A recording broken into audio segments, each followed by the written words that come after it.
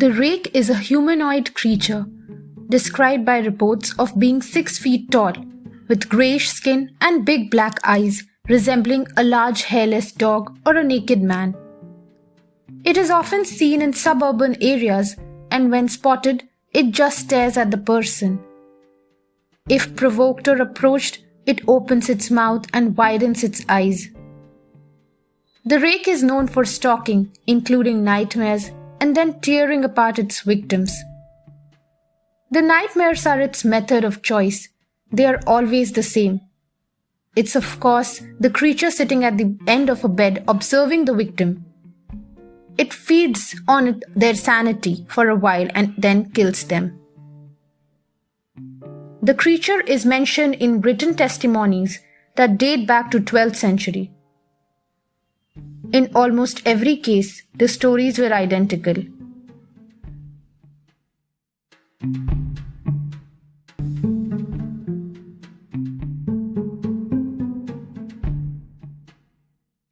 It's basically a humanoid monster, about 6 feet tall when standing, but usually crouches and walks on all fours. It has very pale skin. The face is blank, as in no nose, no mouth. However, it has 3 solid green eyes, one in the middle of its forehead and the other 2 on either side of its head, towards the back. Usually seen in front yards in suburban areas. Usually just watches the observer, but will stand up and attack if approached. When it attacks, a mouth opens up, as if hinged skull that opens at the chin, reveals many tiny but dull teeth. The character's spindly limbs, low to the ground, lurking, and many teeth help to contribute its name. The most famous story of the rake involves a woman waking to find a monster sitting at the edge of the bed. The character is often said to creep into bedrooms, induce nightmares, and observe the dreamers for a time before killing them.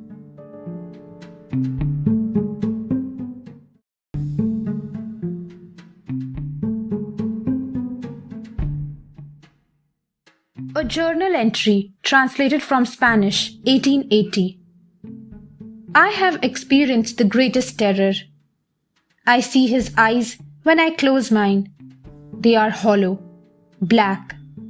They saw me and pictured me. His wet hand. I will not sleep. His voice. A suicide note, 1864. As I prepare to take my life, I feel it unnecessary assuage any guilt or pain I have introduced through this act. It is not the fault of anyone other than him. For once I woke and felt his presence, and once I woke and saw his form. Once again I woke and heard his voice and looked into his eyes.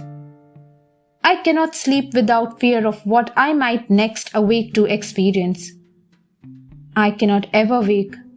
Goodbye.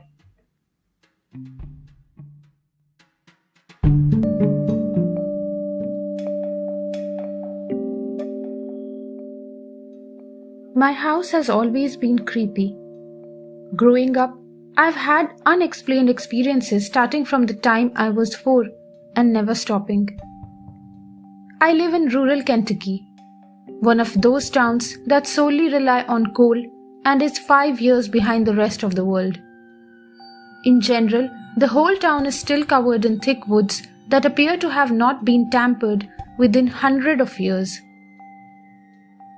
My house is placed right in the middle of the mountain, surrounded by an extreme amount of woods and even a couple ponds. That gives you the setting for my home.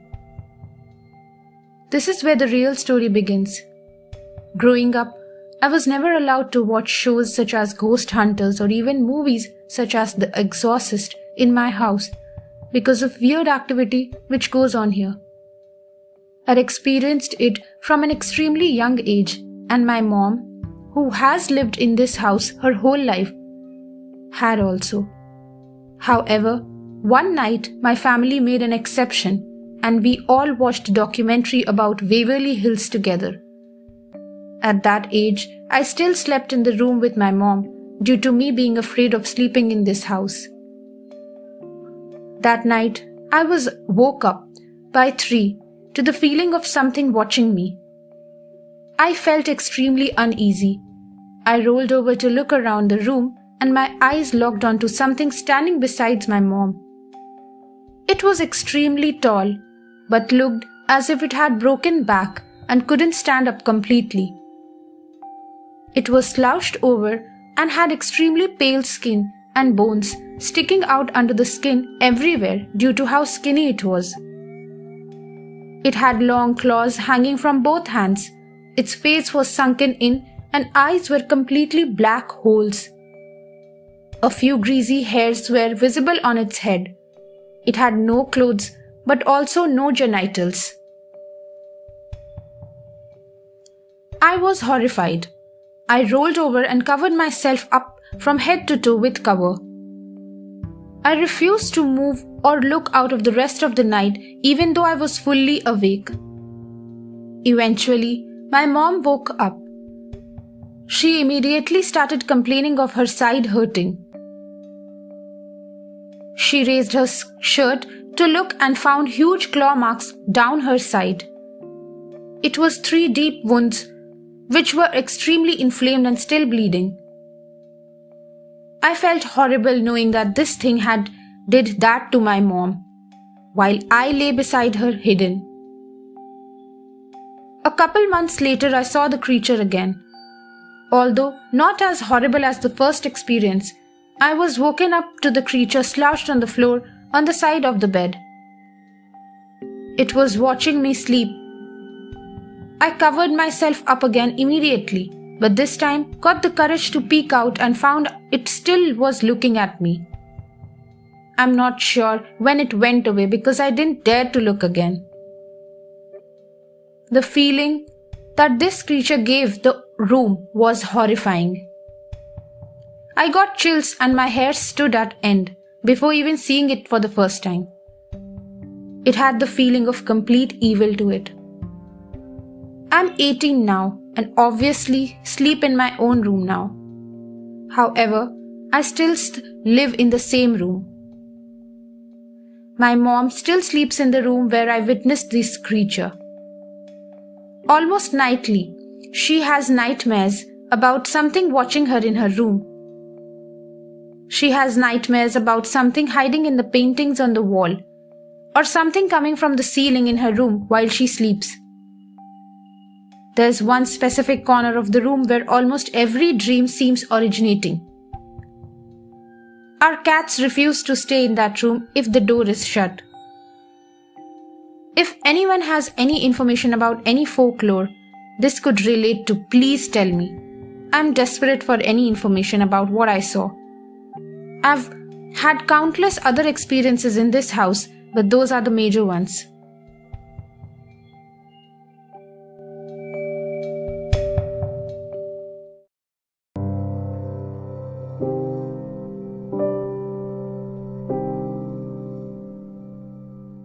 When I was 15, I had an encounter with the Rake. I've had 3 more since. This is the 4th. I gotta be honest, ever since telling these stories, I'm super on edge. It took me an hour of just sitting in bed to fall asleep last night. I was just so ready to see the damn thing, even though I know it's a physical entity, so there's no way it could be in my house. Anyhow, here we go. I know I just said I would be explaining how the creature looked next, but the 4th and final experience was quite short. It was fall, near Halloween or just past, I can't remember honestly. We were older. It was Jay, his girlfriend and her sister. Jay and I were 18 this time. We were having a bonfire, drinking and such out in the backyard. It was a normal night until we started talking about it. Honestly, trying to spook the girls just a bit. I was a little drunk, not much enough to not be thinking straight. I started yelling, taunting at it, screaming things like, "Come on, what are ya?" We never saw it that night, but that was the second time we heard it. That screech, that horrifying sound. Somehow I remember staying out there long after that. But that's it. Now on to the anatomy of this damn thing. The first time we saw it, there wasn't much we could make out, as there were a good amount of bushes and brush blocking it. What we could make out was a rather bulbous head leading down to a scrawny body.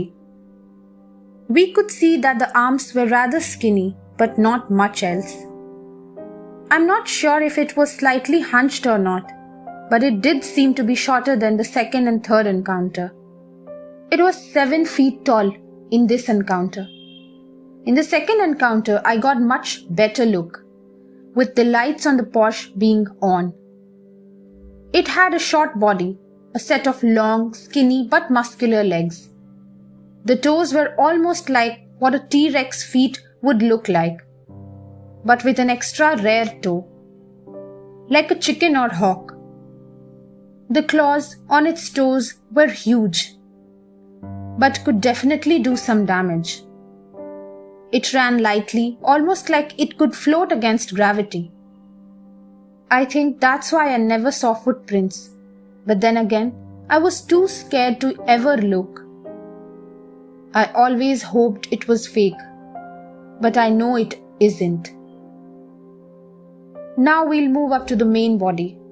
I could see ribs and a spine. It seemed to have the same bone structure as a human. The arms had a huge wingspan. I'd say nearly 16 feet hand to hand. That's not claw to claw. Each claw was about a foot long on 3 distinct fingers other than its thumb, which was about 6 inches long. Its arms were skinny, but again, you could tell they were muscular and strong. This explains most of its fast movements. It ran with enough speed that I barely understood how it moved.